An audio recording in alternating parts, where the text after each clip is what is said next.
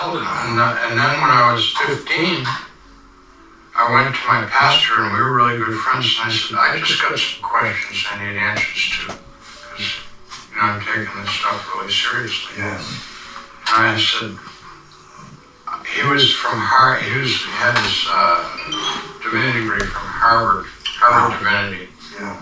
That was the big God is Dead movement thing. That was the Time magazine. Anyways, I said, so, do we believe angels are really? No, we don't believe that stuff. That's all just stories. And I said, wow. And so I asked him all these questions about the supernatural things. Yeah. And he just, oh no, we don't believe that. And basically, what he was trying to tell me, we believe that you should be good. Yeah. He wasn't too sure about heaven or hell or anything. Yeah. And I didn't question anything he said because he was the authority. He's my minister. He's the authority. What do we really believe? Wow. And I came away from that. Well, it's all a big lie. It's How, Storm?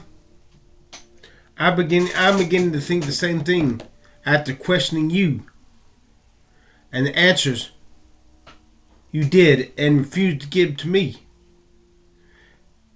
And more importantly, with the indifference and feeling you displayed to me. The utter indifference. And not only that, but the callousness. As if I was imposing upon you and your time to ask you these questions. So you know what happens, Storm? I curse your God. I curse your Jesus.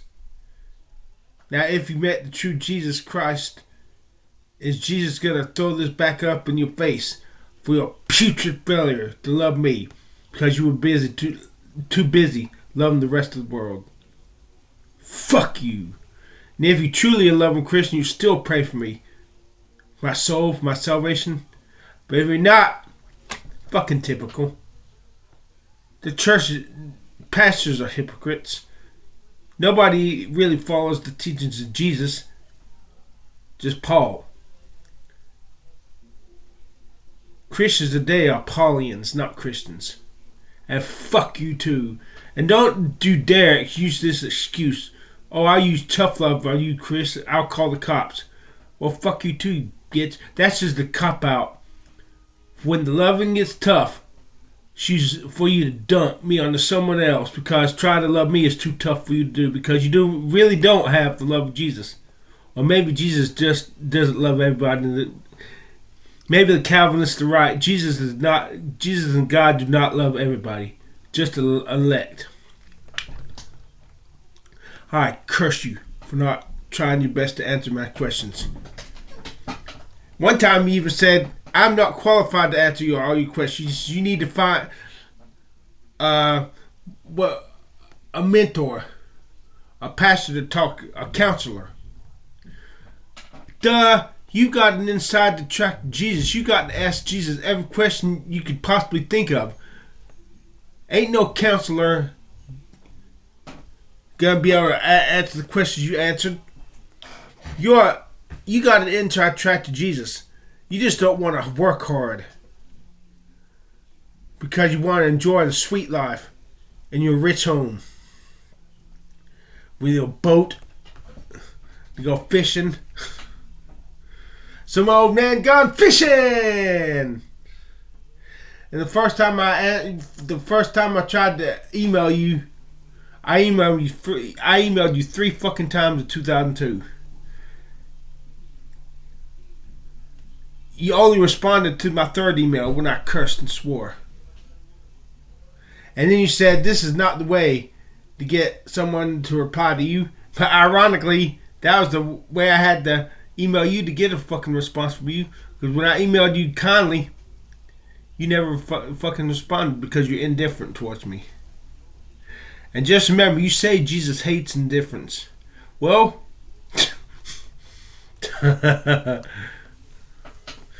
I curse you. I don't want to curse God. But I'm asking him all these questions. Where's my freaking answer? I'm going to the source. I'm still fucking thirsty. It's all a big hoax. Right. It's all a big scam. A big lie. Is your near-death experience a big lie? So big a lie that it's got you believing it. Is Jesus real, or is he the greatest hoax and the most cruel hoax ever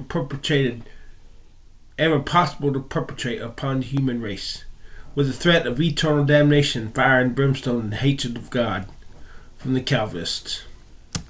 It's all a big hoax. Right. It's all a big scam. Amen. You said it. Your near-death experience must be a hoax, as it didn't change the way you loved, lack thereof, towards me.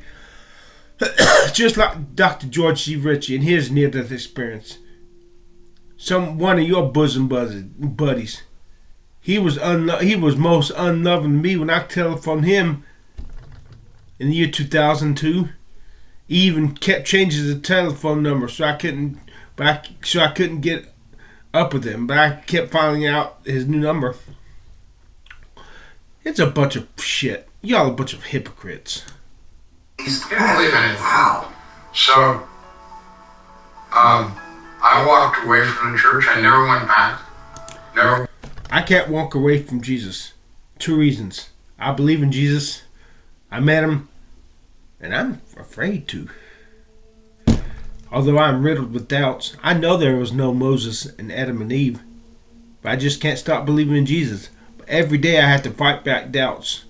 Keep making myself believe he was born of the Virgin. He never sinned a day in his life. He did rise from the dead.